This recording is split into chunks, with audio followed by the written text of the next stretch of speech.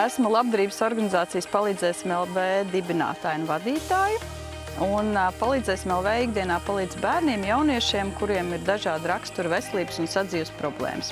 Jau kādu, man šķiet, 14. gadu pēc kārtas mēs rīkojam vasaras nometni jauniešiem, kuri dažādu iemeslu dēļ nonākuši mūsu redzeslokā, un mēs viņiem mēģinām rādīt, mācīt dažādiem piemēriem un izmantojot arī dažādus mūsu viesus un viesmāksliniekus, ka var dzīvot citādi, ka pats tu vari veidot savu nākotni, ka pats vari darīt to, ko tu vēlies, un šeit nometnē viņi to visu iegūst.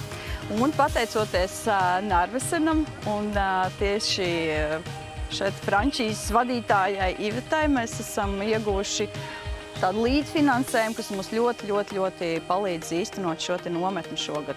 Un arī paldies par garšīgo hotdogu meistarklasi un saldējumiem. Kā no sirds paldies!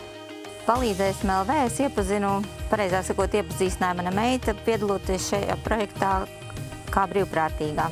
Un tas man deva iespēju iepazīt viņu tuvāk un uzzināt viņu labos darbus, ko viņi veikuši 15 gadu laikā. Es abrīnoju Ilzi un viņas komandu, kas spēja tik emocionāli grūti darbu veikt, tik veiksmīgi un tik ļoti daudz palīdzēt bērniem un viņu ģimenēm ar problēmām. Paldies Narvesenam un paldies manai komandai. Kad mēs ieguvām šo balvu, man pilnīgi nebija nekādas divas domas, kam es taisu ziedot šo naudiņu. Labie darbi vairo labos darbus, un es domāju, ka mēs daudziem bērniem spēsim palīdzēt viņu attīstībā, integrēties sabiedrībā. Un milzīgs paldies Ilzai par ieguldīto darbu, viņas komandai, kad mēs redzam, ka viens cilvēks spēj daudz.